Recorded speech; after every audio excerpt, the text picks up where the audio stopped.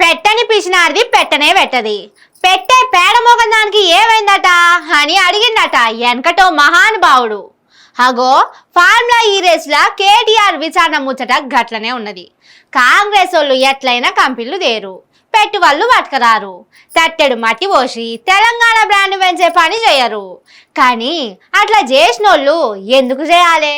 తెలంగాణ బ్రాండ్ను ఎందుకు పెంచాలన్నట్టు ఉల్టా ఆళ్ళ మీద బద్నాములు మోపుతున్నానంటారు కేటీఆర్ మీద ఏసీబీ విచారణ చూస్తున్నోళ్ళు. రేవంత్ సారు 6 గ్యారంటీల అమలును దిగ్విజయంగా చేసుడు కంటే ప్రతిపక్షం నేతలను విచారణకు పిలిపించుట్లా దిగ్విజయంగా చేస్తున్నట్టే అనిపిస్తుంది. 6 గ్యారంటీలు ఏమాయా అని జనాలు రోడ్ల మీదకి వచ్చినప్పుడల్లా ప్రతిపక్షం నేతలను విచారణల పేరుతోటి సంస్థల ముంగడికి పిలిపించి టాపిక్లను అల్కగ తీరం దాటిస్తున్నానే అంటుర్రు సారు తీరు చూస్తున్నోళ్ళు. ఇప్పుడు వ్యవసాయం పనులు షురూ చేసిందంతా.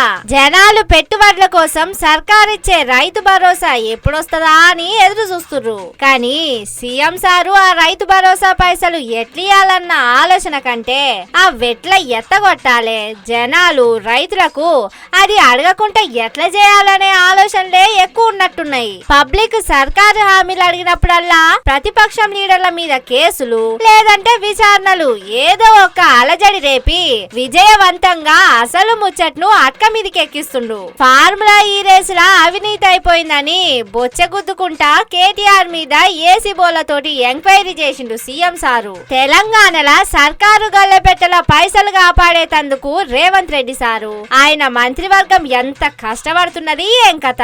అసలు అయినోళ్లకు కాంట్రాక్టులు లేవు, కాంట్రాక్టర్ల తాన కమిషన్లు అడుగుతనే లేమని మొన్న ఖుద్దు మంత్రి సురేఖ మేడమే చెప్పే. నిత్యం పబ్లిక్ కోసమే చెమటలు దారబోసి మస్తు పైసలు మిగిలిస్తుర్రు. పాపం ఇట్లా చెయ్యాలని తెలవక బీఆర్ఎస్ సర్కారు ఉన్నప్పుడు ప్రాజెక్టులు కట్టించి ఇంక్యుబేషన్ హబ్బులు పెట్టించి విద్యా సంస్థలు పెట్టించి సబ్బండ వర్గాల సంక్షేమ పథకాలు చేసిండ్రు కదా.